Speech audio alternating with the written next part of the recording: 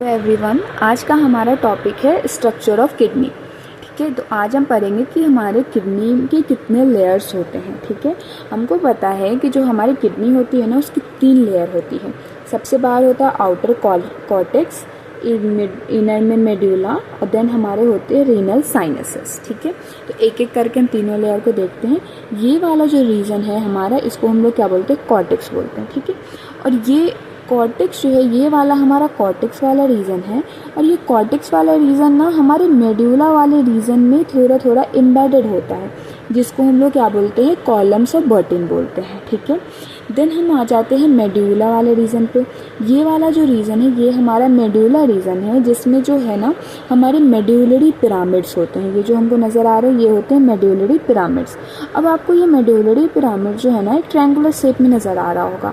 ये triangular shape में एक बात होती है कि ये जो इसका ब्रॉड वाला पार्ट होता है ना, उसको हम लोग बोलते हैं बेस, और जो इसका नैरो वाला पार्ट होता है उसको हम लोग बोलते हैं एपेक्स।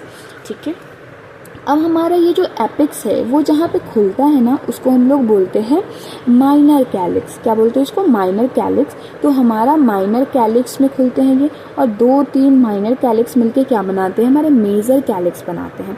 ठीक है, तो ये वाला तो पार्ट हमारा यहाँ तक कौन सा रीजन था, मेड्यूला वाला।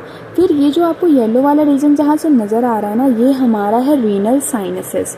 अब रीनल साइनसेस में क्या क्या स्ट्रक्चर इंक्लूडेड होते हैं, तो उसमें होते हैं हमारे माइनर कैलिक्स, उसमें होते हैं हमारे मेजर कैलिक्स, उसमें होते हैं हमारे रीनल पेल्विस। ये आपको रीनल पेल्विस नज़र आ रहा है, ये जो कि नीचे कंटिन्यू हो जाता है यूरेटर के साथ। ठीक है, फिर हमको पता है कि यहाँ ये वाला रीजन जो होता है ना, इसको हम लोग बोलते हैं हाइलम।